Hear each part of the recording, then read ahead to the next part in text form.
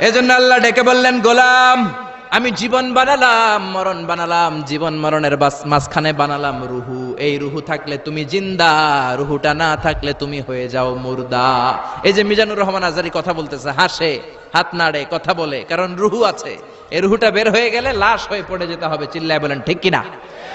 মক্কার কাফিররা বলল, আব্দুল্লাহর বেটা মুহাম্মদ, রুহু কাকে বলে আমাদের বলো।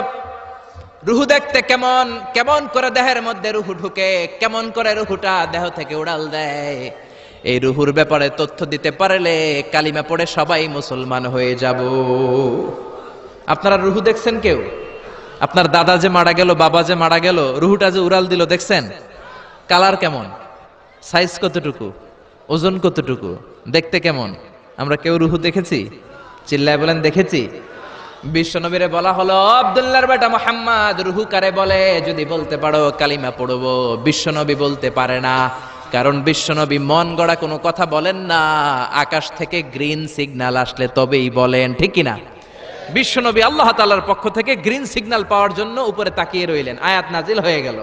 ইয়াসআলুনাকা আনির রূহি কুলির রূহু মিন আমরি রাব্বি ওয়া মা উতীতুম মিনাল ইলমি ইল্লা কালিলা। ও নবী, লোকেরা আপনারা জিজ্ঞেস করে রূহ কাকে বলে। মা হুয়া রূহ, হোয়াট ইজ দ্য স্পিরিট? আপনি বলে দেন রূহ হলো আল্লাহর পক্ষ থেকে স্পেশাল অর্ডার। আল্লাহর অর্ডারে এই রূহটা দেহের মধ্যে ঢোকে, আবার আল্লাহর অর্ডারে রূহ বের হয়ে যায়। আল্লাহু আকবার। এই রুহুটা মানুষের দেহে ঢুকে কার অর্ডারে, আবার বের হয়ে যাবে কার অর্ডারে? পৃথিবীর যত বিজ্ঞানীরা আছে সবাই মিলেও কি একটা রুহু বানাতে পারবে? জোরে বলেন না, রুহু বানাতে পারবে? আল্লাহ চ্যালেঞ্জ করে বললেন, ওমা উতীতুম মিনাল ইলমি ইল্লা কালিলা। তোমাদেরকে একেবারে যত সামান্য কিঞ্চিত জ্ঞান দিয়ে আমি তৈরি করেছি, তোমাদের এই লিমিটেড জ্ঞান দিয়ে রুহু বানানো যাবে? ইউনাইটেড স্টেটস অফ আমেরিকা একজন মেডিকেল সায়েন্টিস্ট এই চ্যালেঞ্জ গ্রহণ করলো। সে চ্যালেঞ্জ গ্রহণ করে বলল, আমি রুহু বের করে ছাড়বো। কি বের করব? রুহু। আমেরিকার ওই মেডিকেল সায়েন্টিস্ট সে চ্যালেঞ্জ করে বলল, আমি রুহু বানাবো। কি বানাবো?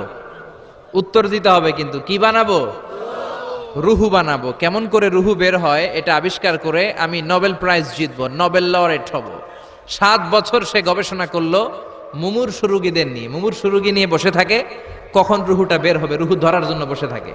কিন্তু 7 বছরে হাজার হাজার মুমূর্ষু রোগীর দেহ থেকে রুহু উড়াল দিছে, কিন্তু রুহু ধরতে পারে নাই। সুবহানাল্লাহ কইবেন না?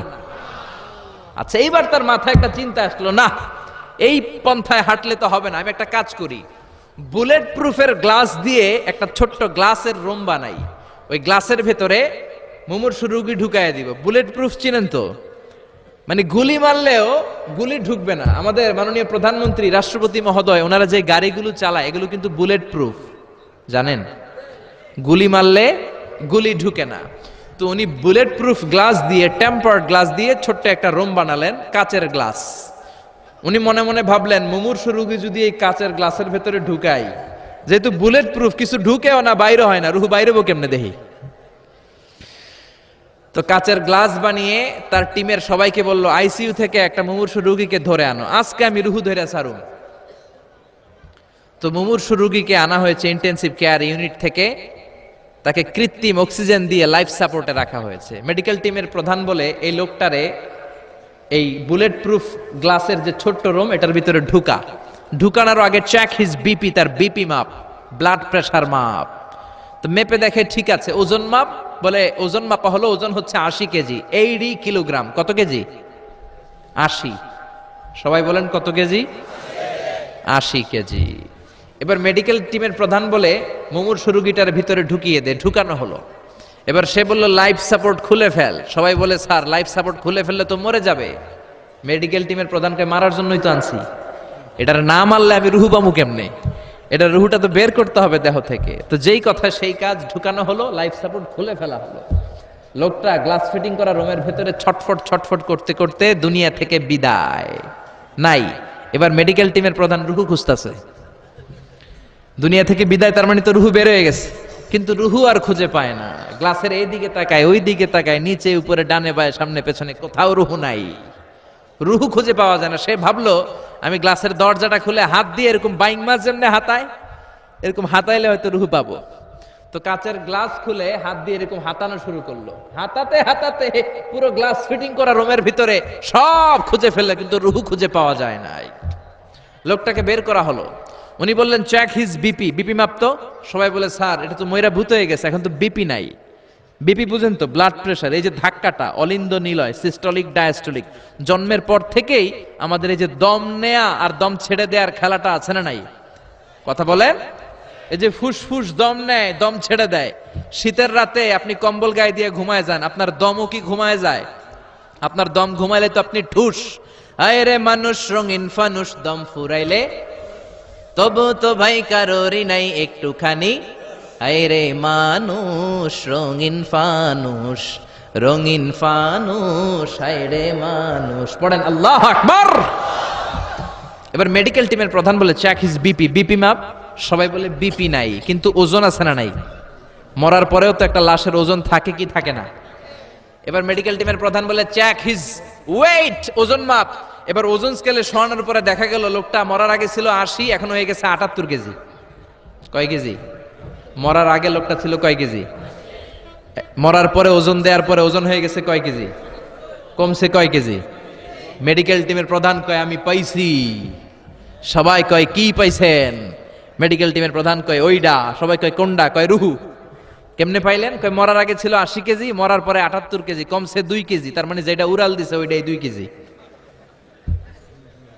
পাইছে ঘোড়ার ডিম।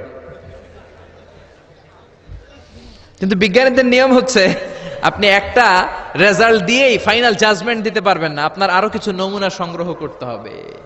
সে বলল আরেকটা রোগীকে আইসিইউ থেকে নিয়ে আয়, ওজন মাপ, বিপি মাপ। বিপি ওকে, ওজন কত? 70 কেজি। দ্বিতীয় যে লোকটাকে আনা হলো তার ওজন 70 কেজি। চিল্লায় বলেন কয় কেজি? 70। এবার গ্লাসের ভিতরে ঢুকানোর পরে অক্সিজেনের মাস্কটা খুলে ফেলা হলো। এই লোকটা অক্সিজেনের অভাবে ছটফট ছটফট করতে মরে গেল। মরার পরে আবার রুহু খুঁজে, কিন্তু গ্লাসের ভিতরে রুহু নাই। এই লোকটাকেও বের করে মেডিকেল টিমের প্রধান বলে চেক হিজ বিপি, বিপি মাপ।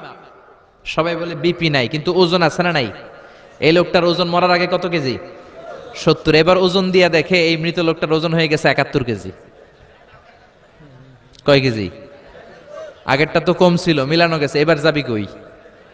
হ্যাঁ, আগেরটা 2 কেজি কমেছে। মনে মনে চিন্তা ছিল, রুহু যেটা ছিল উড়াল দিয়েছে, রুহু নাই, 2 কেজি কমেছে। এবার ছিল 70 কেজি, মরার পরে আরো বেড়ে গেছে 1 কেজি। এবার যাবে কই? আল্লাহ বলে কিয়ামত পর্যন্ত বিপি মাপতে পারবা, কিয়ামত পর্যন্ত বুলেট প্রুফের গ্লাসের ভিতরে লাশ ঢুকাতে পারবা, বের করতে পারবা, কিন্তু রুহু খুঁজে বের করতে পারবা না। ঠিক কি না? ইয়াসআলুনাকা আনির রূহি কুলির রূহু মিন আমরি রাব্বি ওয়া মা উতীতুম মিনাল ইলমি ইল্লা কালিলা।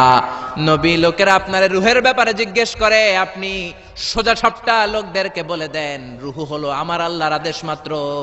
আল্লাহর আদেশে দেহে ঢুকে, আল্লাহর আদেশে বের হয়। পৃথিবীর কোন মানুষ রুহু খুঁজে বের করতে পারবে না। সে বের করতে পারে নাই, কারণ মানুষ মরে গেলে এক একজনের দেহের অবস্থা এক এক রকম।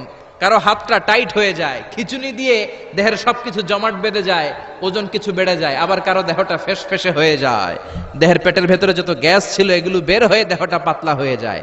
পাতলা হোক আর ভারী হোক, ওইটা মেজারমেন্ট করে রুহু খুঁজে বের করা যায় না। চিল্লায় বলেন ঠিক কিনা?